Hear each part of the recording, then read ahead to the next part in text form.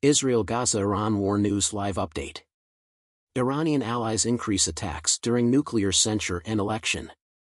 Iran's most powerful proxy group, Hezbollah, launched missiles at Israel last week, while Yemen's Iran-aligned Houthis have increased attacks on international commerce. UK maritime agencies said on Sunday that 2 ships caught fire after rockets hit them off Yemen's Aden, suggesting that Houthis in northern Yemen and Tehran are intent to attack international shipping daily. After Iran's supreme leader Ali Khamenei called on Muslim nations to obstruct Israeli trade in mid-November, the attacks began. As Israeli tolerance wanes, Hezbollah, which controls southern Lebanon abutting northern Israel, has increased its rocket and missile attacks on Israel, raising fears of an all-out war. The twin flare-ups coincided with a Western-initiated IAEA Board of Governors rebuke of Iran in Vienna. Britain, France, and Germany proposed a resolution that the U.S. reluctantly supported, requiring Tehran to comply with the UN nuclear inspectors. This resolution could lead Western powers to submit Iran's case back to the UN Security Council, which could reimpose UN sanctions. 3 European states wrote to the Security Council days before the censure vote listing Iran's violations of the 2015 nuclear deal, officials say, to pressure Tehran to settle the matter diplomatically and avert UN sanctions.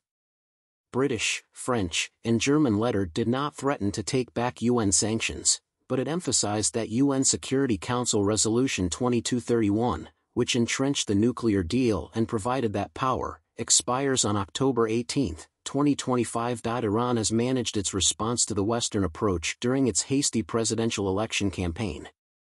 The IAEA resolution worries many outside the governing hardliners. The European initiative could be a prelude to tabling Iran's case in the Security Council, which will be impossible once Resolution 2231 expires in 2025, according to former Iranian Ambassador Karash Ahmadi, who resides in New York. Ahmadi stated that he thinks the West is only pressuring Iran. After the Guardian Council announces acceptable candidates in the coming days, Iran's presidential campaign begins, but the nuclear issue and the necessity to lift U.S. sanctions remain. For the typical Iranian, the extended economic crisis has raised the subject of sanctions reduction. This requires Iran to be flexible, which Khamenei, not the future president, must decide.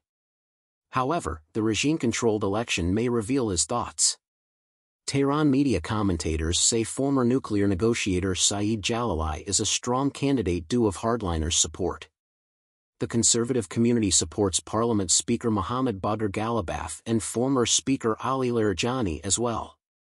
Ghalibaf and Larijani are considered moderate, while Jalali is hazardous because to his ardent resistance to any accord with the West. However, all 3 support Khamenei. Jalali being president would send a more negative message about relations with the West than Ghalibaf or Larijani becoming president. The incoming president may choose a hardliner other than Jalali, but Khamenei's headquarters must decide. Over 2,000 Afghans deported by Iran, Pakistan. Saturday saw more than 2,000 Afghan migrants deported or voluntarily repatriated to Afghanistan, the Taliban-run Ministry of Refugees stated Sunday. Pakistan forcibly deported 324 Afghan refugees and Iran returned 1,773 refugees, according to the government. Pakistani migrants returned to Afghanistan by Spin Boldak and Torkham, while Iranian refugees used Islam Kala in Herat province. Pakistan and Iran have increased their expulsion of undocumented Afghan refugees.